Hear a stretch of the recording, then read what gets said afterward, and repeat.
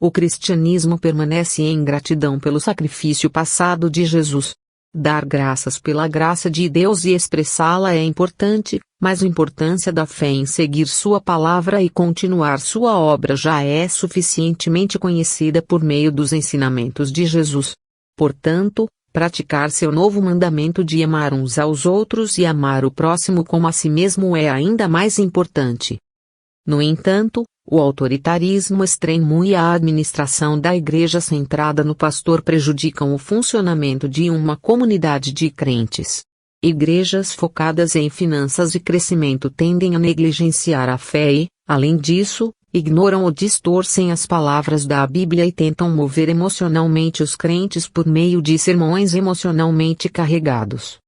Devido a essa realidade, as pessoas continuam a sair da igreja, e, no meio disso, muitos ainda pregam o cristianismo como uma religião em que se deve receber a fé e a graça dadas por Deus, embora eu tenha questionado várias vezes se uma pessoa pode recebê-las e se tem a capacidade de preservá-las.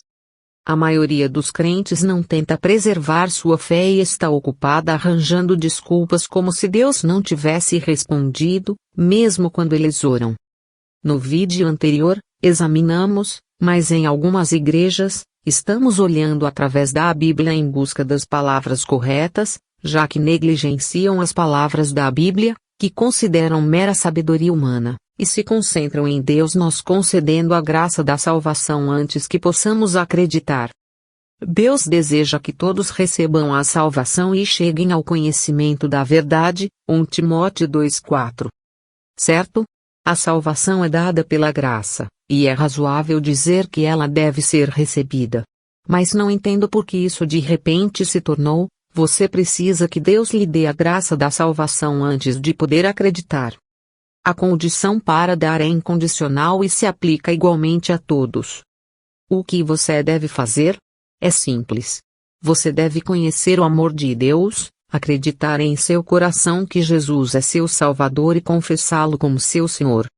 É apenas uma verificação simples. Você conheceu e acreditou? Claro, todo mundo diz que sim. Mas, na realidade, nem sempre é o caso.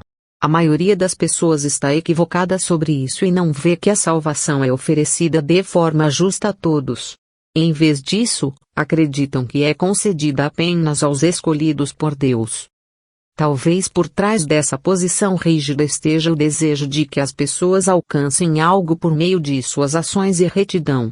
No entanto, mesmo que esse seja o caso, devemos ser muito cautelosos em reduzir Deus a um nível humano, mas a maioria das pessoas não faz isso. Porque pela graça sois salvos, mediante a fé, e isso não vem de vós, é dom de Deus. Efésios 2:8. Até este ponto no versículo, a compreensão correta é que você recebeu a salvação pela fé pela graça, e você pode recebê-la. Se, com a tua boca, confessares Jesus como Senhor e, em teu coração, creres que Deus o ressuscitou dentre os mortos, será salvo. Romanos 10:9-10. Como o que Filipe pregou, ouvir o Evangelho é sobre ouvir o nome do reino de Deus e de Jesus, e, depois disso, confessar Jesus como Senhor e acreditar em seu coração que Deus o ressuscitou é como você recebe a salvação. Portanto, é inadequado inventar desculpas como não consigo acreditar a menos que Deus me dê graça, assim como seria absurdo alegar que você não pode acreditar, não importa o quanto se esforce. É como alguém que se entrega ao frango frito e à cerveja todos os dias, recusando fazer dieta, ou experimenta equipamentos de academia algumas vezes e reclama que é muito difícil, enquanto deseja uma aparência fabulosa. Esforço, luta, superação e perseverança não são algo que você realmente tenta enquanto reclama sobre a dificuldade, adversidade, medo ou inconveniência em tudo. Pense nas razões pelas quais você não era um estudante de destaque durante os dias de escola. Qualquer um pode entender. Não é porque todos os alunos acima de você eram gênios, mas porque você simplesmente não se esforçou o suficiente. Porque é com o coração que você crê e é justificado, e é com a boca que você professa sua fé e é salvo. Romanos 10:10. Bem, Se a fé é algo dado por Deus ou algo que surge naturalmente ao conhecer o amor de Deus é um tópico com interpretações variadas. No que diz respeito à parábola do bom solo, isso é algo para refletir individualmente. Para acreditar no coração, você precisa ouvir e entender algo, e esse algo é o amor de Deus por nós. Em seguida, a questão crucial aqui é a capacidade de confessar Jesus como seu Salvador e acreditar que Deus o ressuscitou dos mortos. Essa fé também é comumente entendida como algo dado por Deus, mas a Bíblia contém várias perspectivas sobre esse tópico. Chegamos a conhecer e acreditar no amor que Deus tem por nós. Deus é amor, e quem permanece no amor permanece em Deus, e Deus permanece nele. 1 João 4:16. É uma boa maneira de colocar isso, que chegamos a acreditar conhecendo e entendendo o amor de Deus, em vez de simplesmente ativar nossa fé quando não temos nada. Quando você chega a conhecer o amor de Deus, a fé segue naturalmente. É tão cativante que é difícil resistir. Não se trata de Deus ou do Espírito Santo coagindo ou forçando a crença sobre você. Uma vez que você realmente entende, não depende de você decidir se acredita ou não. Mas quando você lê e ouve casualmente, é por isso que sua compreensão das Escrituras é superficial e, consequentemente, sua pregação é rasa, o que leva à falta de fé mesmo depois de ouvir sermões. No futuro distante, no julgamento, dizer eu não sabia, eu não vi nunca será uma desculpa, porque tudo já está registrado na Bíblia. É como um milagre quando uma pessoa ouve e realmente entende. Para simplificar o processo, tudo se resume a uma pessoa conhecendo e acreditando no amor de Deus, confessando com a boca que Jesus é Senhor e acreditando em seu coração que Deus o ressuscitou dos mortos, resultando em salvação. No entanto, frases como Deus me deu a graça da salvação, e eu acreditei surgem repentinamente, embora você possa criar frases como esta aleatoriamente combinando palavras da Bíblia, não tenho certeza de qual versículo específico da Bíblia isso se origina. Estas são alegações de várias pessoas e todo tipo de teorias elaboradas com base na teologia e na doutrina. Ainda assim, em última análise, aqueles que acreditam que a Bíblia foi resultado da sabedoria e do estudo humanos devem simplesmente acreditar nas palavras do Senhor e nos registros inalterados da Bíblia. Jesus respondeu, em verdade te digo que, se alguém não nascer da água e do Espírito, não pode entrar no reino de Deus. João 3:5. Como revisão, discutimos a distinção entre o batismo com água e o recebimento do Espírito Santo em um vídeo anterior. Receber o batismo com água não significa automaticamente receber o Espírito Santo. A Bíblia faz claramente uma distinção entre a água e o Espírito. Você pode se lembrar de momentos como a imposição das mãos de Paulo ou a pregação de Pedro aos gentios na casa de Cornélio, onde o Espírito Santo desceu sobre eles. Quem crer e for batizado será salvo, mas quem não crer será condenado. Marcos 16:16. Ao ouvir o Evangelho, entender o amor de Deus, acreditar nessa verdade, receber Jesus como Senhor, ser batizado e receber o Espírito Santo, essa é a ordem escriturística. Não há motivo para dizer que as pessoas precisam receber a graça da salvação para crer. Isso é um problema com alguns ministros nos dias de hoje. Pois Deus não enviou o seu Filho ao mundo para condenar o mundo, mas para que o mundo fosse salvo por meio dele. João 3:17. Já analisamos as condições para a salvação anteriormente. Outro versículo a considerar é que a vontade de Deus é que o mundo receba a salvação através da aceitação de Jesus como Senhor. Deus não escolhe seletivamente quem recebe a graça da salvação. As condições são as mesmas para todos. Ele é um Deus justo e oferece a todos, e ele observa suas respostas. Jesus virou e a viu, e disse: coragem, filha, tua fé te fez bem. E a mulher ficou curada naquela hora. Mateus 9:22. É claro, a ideia de que as pessoas acreditam e recebem a salvação por sua própria vontade, sem primeiro entender o amor de Deus, é infundada. Não há necessidade de mencionar isso, e como as Escrituras dizem, tua fé te fez bem. Não é diferente de dizer, tua fé em mim, Jesus, te salvou. Simplesmente não quero receber isso, e sinto que quero rejeitá-lo. Mas porque parece que estão forçando e injetando fé. A mulher que sangrava, Jairo e muitos outros que ouviram falar de Jesus receberam a salvação através de sua fé. Não foi porque ele forçou a fé sobre eles. Não há outro nome debaixo dos céus, dado entre os homens, pelo qual devemos ser salvos. Atos 4:12. Para explicar isso com uma compreensão mais profunda, não há outro nome além do nome de Jesus pelo qual podemos ser salvos. Também fiz um vídeo sobre o nome de Jesus. Se você entender e acreditar em seu nome, que é Jesus, é tudo o que você precisa. Jesus respondeu, esta é a obra de Deus, que você creia naquele que ele enviou. João 6:29. É uma afirmação tão simples, mas nem todos agem de acordo com ela. Na época de Cristo, havia muitos como os judeus e fariseus, e agora temos muitos nas igrejas coreanas que entendem isso. É claro que eles não são os únicos. Compare o que estão fazendo agora durante o período de convivência com o que o Senhor fez nesta terra. Isso não é muito diferente dos pastores que se envolvem na administração da igreja, em vários serviços, reuniões de oração, cultos e todos os tipos de eventos e programas educacionais. O Senhor operou desta forma nesta terra. Eles responderam, creia no Senhor Jesus, e você será salvo, você e sua família. Atos 16:31. Ele diz que, se você crer em Jesus, receberá a salvação. Não é como se a graça da salvação fosse dada primeiro e, em seguida, você pudesse acreditar. Deixe-me enfatizar novamente, você pode receber essas coisas simplesmente porque são dadas. Conhecer o amor de Deus e manter a fé também é uma responsabilidade e uma tarefa tremenda. É possível simplesmente porque é dado gratuitamente? Isso é o que pessoas com uma atitude de ver para crer fazem, semelhante a Tomé. É o que aqueles que são conduzidos por emoções, estados de espírito e sensibilidades, frequentemente desistindo após um breve entusiasmo, tendem a dizer.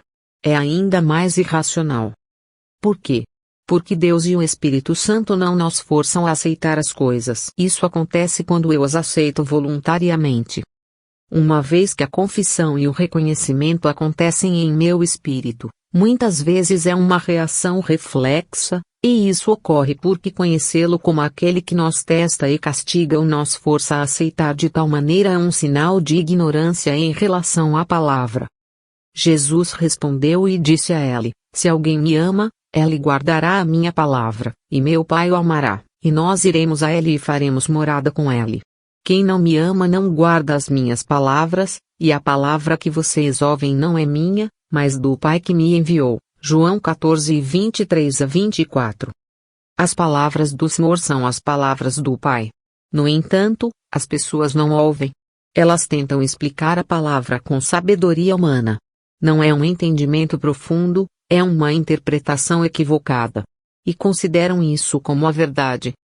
Mas o Auxiliador, o Espírito Santo, que o Pai enviará em meu nome, ele os ensinará todas as coisas e fará vocês lembrarem de tudo o que eu disse a vocês. João 14:26. Se você não experimentou o ensino do Espírito Santo e a lembrança de suas palavras, não importa quanto explicação seja dada, você não entenderá. Portanto, espero que, através deste vídeo, você pelo menos venha a saber que isso realmente acontece como as palavras do Senhor afirmam. Entretanto, quando Ele, o Espírito da Verdade, vier, Ele os guiará a toda a verdade, porque Ele não falará por iniciativa própria, mas o que Ele ouvir, Ele falará, e Ele lhes revelará o que está por vir. João 16:13. O Espírito, assim como o Senhor, fala apenas o que Ele ouviu. Então, agora, vamos dar uma olhada na fé que devemos realmente examinar e manter. Examine-se para ver se você está na fé. Teste a si mesmo. Ou vocês não percebem que Cristo Jesus está em vocês, a menos que, é claro, vocês não passem no teste. 2 Coríntios 13:5. Como mencionado anteriormente, é essencial examinar se você está mantendo a fé, a crença que vem do conhecimento do amor de Deus, tão firmemente quanto um ramo se apega à videira. Dar fruto é, claro, um resultado natural. No entanto, a pergunta real é: você só olha para o fruto? O que é mais crítico e significativo, a fé ou o fruto? Isso é uma questão de escolha e decisão pessoal. Mas o que mais me intriga é se isso é sobre falar enquanto permanece ligado à videira. Sem fé, você não pode agradar a Deus, e, como resultado natural disso, espera-se o dar de frutos. Dar esse fruto não é algo que você vai vender. É esperado que aconteça. Mas as coisas que o fazem acontecer, os atos de fé, manter a fé e permanecer firme na rocha, devem ser feitos por quem? Pelo crente, não por aquele que o recebe. É o crente que inicia e mantém isso. Isso não se trata de alguém que se deixa levar por suas emoções, sempre chorando, implorando, arrependendo-se e pedindo por mudanças como se fosse lançado ao vento e às ondas como palha. E, como um sinal apropriado, o fruto adequado é produzido pelo crente. Através desse fruto, também podemos conhecer as pessoas. Mesmo se alguém estiver realizando milagres em nome de Jesus, talvez não os conheçamos se não reconhecermos o fato de que algumas pessoas ouvirão as palavras: afastem-se de mim. Além disso, oré para sermos livres de pessoas más e más, pois nem todos têm fé. 2 Tessalonicenses 3:2. Alguns podem argumentar que este versículo apoia a ideia de receber fé, mas na verdade enfatiza que nem todos possuem fé. Todos ouvem o Evangelho, o reino de Deus e o nome de Jesus, mas nem todos o conhecem e acreditam. Conhecer o amor de Deus não leva necessariamente ao arrependimento instantâneo, à fé e à aceitação do Senhor para a salvação. Muitas pessoas, até mesmo na igreja, não experimentam transformações imediatas. Há várias orações e pedidos incomuns, como pedir fé, confissão ou salvação, mas esses nem sempre estão alinhados com o conceito direto de crer no coração e confessar com a boca. Se não acontecer dessa forma e as pessoas não estiverem buscando ativamente a salvação, pode ser desafiador explicar ou entender. De qualquer forma, com várias interpretações e opiniões sobre fé e salvação, pode ser confuso. Se você veio a conhecer o amor de Deus, acreditou e aceitou o Senhor para a salvação, o que você deve fazer a seguir? Jesus respondeu: se alguém me ama, obedecerá ao meu ensino. Meu Pai o amará, e viremos a ele e faremos nele a nossa morada. João 14:23. Por que vocês me chamam Senhor, Senhor e não fazem o que eu digo? Lucas 6:46. Em verdade vos digo, quem crê em mim fará também as obras que eu faço e fará maiores do que estas, porque vou para o Pai. E tudo o que pedirem em meu nome, eu farei, para que o Pai seja glorificado no Filho. João 14:12-13. Muitos não percebem que, sem obedecer aos ensinamentos e mandamentos do Senhor, todas as discussões sobre fé e salvação são em vão. Eles não fazem o esforço e, em vez disso, continuam falando sem agir. Houve várias argumentações que desencorajam até mesmo tentar, dizendo que não deveria ser feito, ou que tentar é inútil. Você não ouviu esses tipos de argumentos teológicos e doutrinários inúmeras vezes? No entanto, em vez de agir de acordo com as palavras de Deus, muitas pessoas tendem a inventar desculpas, procrastinar ou justificar por que não podem fazer isso. Elas podem acreditar que até conhecer e acreditar no amor de Deus é algo que o Espírito Santo deve mudar à força dentro delas. Elas gastam seu tempo em debates e interpretações fúteis. Aqueles que priorizam o conhecimento intelectual, teimosia e insistência, enquanto negligenciam a fé genuína, podem ser chamados de meros seguidores religiosos em vez de cristãos fiéis. Acredite em seu coração, confesse com sua boca e receba a salvação. Em seguida, trabalhe para manter essa fé. Lute para viver uma vida santa, porque Deus é santo. Como filhos, Vocês devem imitar a santidade de seu pai. Lutem para manter sua fé, assim como Davi, aquele que magnificou o nome de Deus, fez. Sigam o mandamento final de Jesus de amar uns aos outros e pratiquem o amor ao próximo.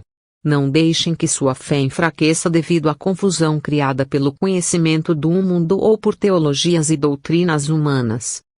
Como Paulo e Silas puderam louvar a Deus na prisão. Diferentemente de muitos membros da igreja coreana que poderiam clamar, Deus, isso é demais. Trabalhei para você, então por que estou nesta situação? Tire-me daqui, ajude-me. Havia algo inabalável e firme dentro de Paulo e Silas que os distinguia. O que poderia ter sido? Depois de conhecer e acreditar no amor de Deus, você deve estar determinado a guardá-lo como se fosse sua vida, ou deve orar e pedir que ele seja guardado. É importante entender que uma fé que ora por coisas como faça-me amar sem a intenção de amar ativamente é uma fé sem vida. Você não pode simplesmente orar para que Deus o faça amar, você deve agir. Lembre-se, a verdadeira fé não se resume apenas em observar os frutos, mas em viver sua fé conhecendo e acreditando no amor de Deus, que é o testemunho da salvação. Sempre que você ouve sermões como este, parece que ter um relacionamento romântico adequado seria uma opção melhor. No amor, parece que se deve estar absolutamente convencido de que a outra pessoa os ama. Se até mesmo uma dúvida leve surgir, eles consultam amigos, fazem aconselhamento de relacionamento, buscam validação e continuam duvidando e confirmando tudo. Algumas pessoas vivem suas vidas dessa forma, sempre buscando garantias, assim como acreditam que precisam da graça da salvação de Deus.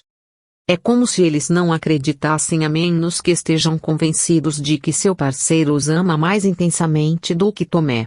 Em vez de acreditar ativamente, eles exigem ser mostrados e contados repetidamente, buscando uma constante garantia por meio de experiências sensoriais e emoções. No entanto, é crucial entender que a pessoa que sabe que é profundamente amada por Deus e acredita em seu amor já atravessou o rio. Portanto, essas afirmações essencialmente dizem a mesma coisa de diferentes maneiras.